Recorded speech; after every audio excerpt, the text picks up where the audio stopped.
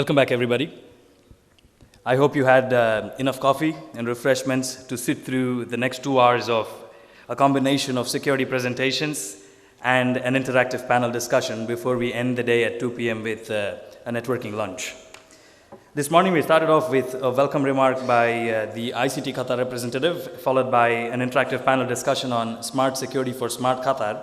Now we are going to have a series of 4 short 15 minutes presentations from industry experts. First of which would be Kalle Bjorn, the Director of Systems Engineering from Fortinet Middle East. He would be presenting on strategic approach towards increasingly sophisticated threats. May we all please give a round of applause for Kalle. Thank you very much, and good afternoon, everybody. So, within my presentation, here we go. So, we'll start from the basics. When we're talking about sophisticated threats, advanced targeted attacks, or advanced persistent threats, depending on which acronyms you prefer, an attack always has 3 points. We start from a delivery. Now, the attack can be delivered as simply through a phishing email, or it could be a USB key that contains a piece of malware that's dropped on the parking lot of the target company.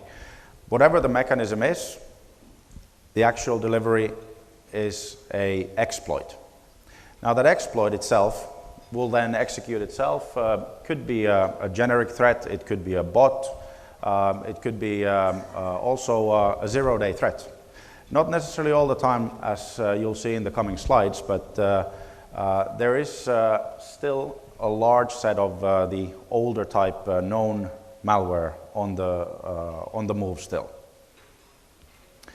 Now, when we're talking about an advanced targeted attack, a good analogy for that would be, for example, product development. So today, targeted attacks have quite a long life cycle. There is detailed planning done, there is target set, there could be even testing done. It's not an effort that is necessarily done by a single entity or single engineer, but it could be a group of engineers that actually works together on this attack. And within the attack itself, within the life cycle, we can actually identify a couple of key points here. Social engineering, for example. The problem with people is that we're usually trying to help others. So collecting information from the target can be very easily done through social engineering, pretending to be somebody, an employee, for example, requesting remote access, not being able to access the corporate services. Sometimes you might be able to fish information of the target through social engineering. Now, the initial intrusion, when it's done, this could again be a zero-day, not in all the cases, as the next few slides will show, but yes, it can be as well. The whole purpose of obviously targeting somebody is to collect information. The exfiltration of data, which is the main thing. When an attack is done, obviously if you remain unnoticed, you will be able to collect more and more data. And we've seen even cases where there has been an access up to sea level on years. Could be from a couple of years to even a case where there was a 10-year remote access for the attacker to a target company. The company is already gone, it's not on the market today, but the attackers actually gained sea level access, roadmap information, financial statistics, even before that was published out to the rest of the market. Now, the question then is, are the advanced targeted attacks something that are real, or is it just something that companies like us try to scare end users? Well, this is a clip from last year, which actually shows you on the green the amount of data, the amount of malware samples that were known samples. The red part is actually the unknown, the new unidentified malware samples. And this is just from one single month. And you can see we're reaching numbers which are in hundreds of thousands of samples per day. So why is there such a huge number of these? Well, the thing is, when you have a target which is undefined, or you might just keep trying, eventually something's gonna stick. So you'll actually be able to compromise one of the customers or targets. The more you try, the better chances you'll obviously have. Now, that green part, the known malware, the obvious next question is, why is there so much of the known malware? Because if there's antivirus updates that can already catch these kind of threats, why is the attacker using a known malware to try to target one of his targets? Now, one of the things is that it's all about crime. So the main motivation today is money. Cyber espionage is a small part. It's there, but it's a small part. Majority of this at the end is crime. Now, looking at the old systems that exist in the, looking at the old systems that exist within corporate environments, there's a lot of devices that are not continuously necessarily updated. So, in order to protect these, what do?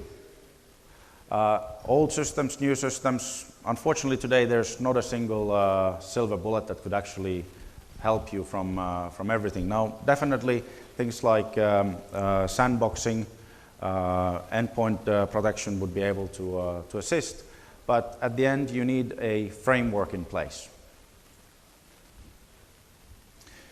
Now, the way it works is you start from looking at how to prevent specific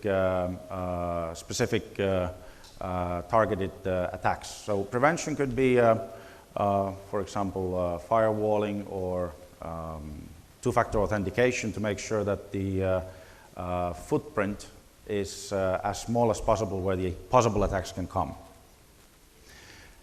Second part is the detection.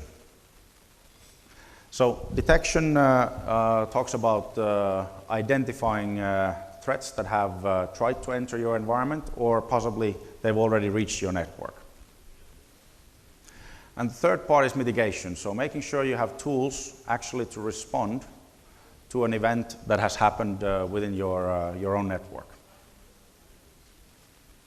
And how does this tie together? So if we look at some of the products that can be used to, for example, help you with the prevention part, I think everybody knows most of these products. We're familiar with them. But there's one interesting part here, which is the antivirus.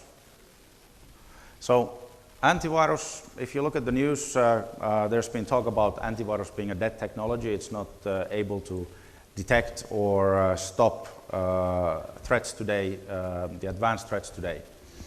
Now the thing is, with antivirus, you can actually scrub a large piece of that known malware that we saw already on the previous slides. You can scrub it away. You know these are known threats, these are known malware, and that's where the antivirus will help you. There's no need to utilize a dedicated zero-day detection solution to identify known threats already. And one of the points is obviously related to the fact that a lot of environments have old systems that are not necessarily getting updated on a continuous basis.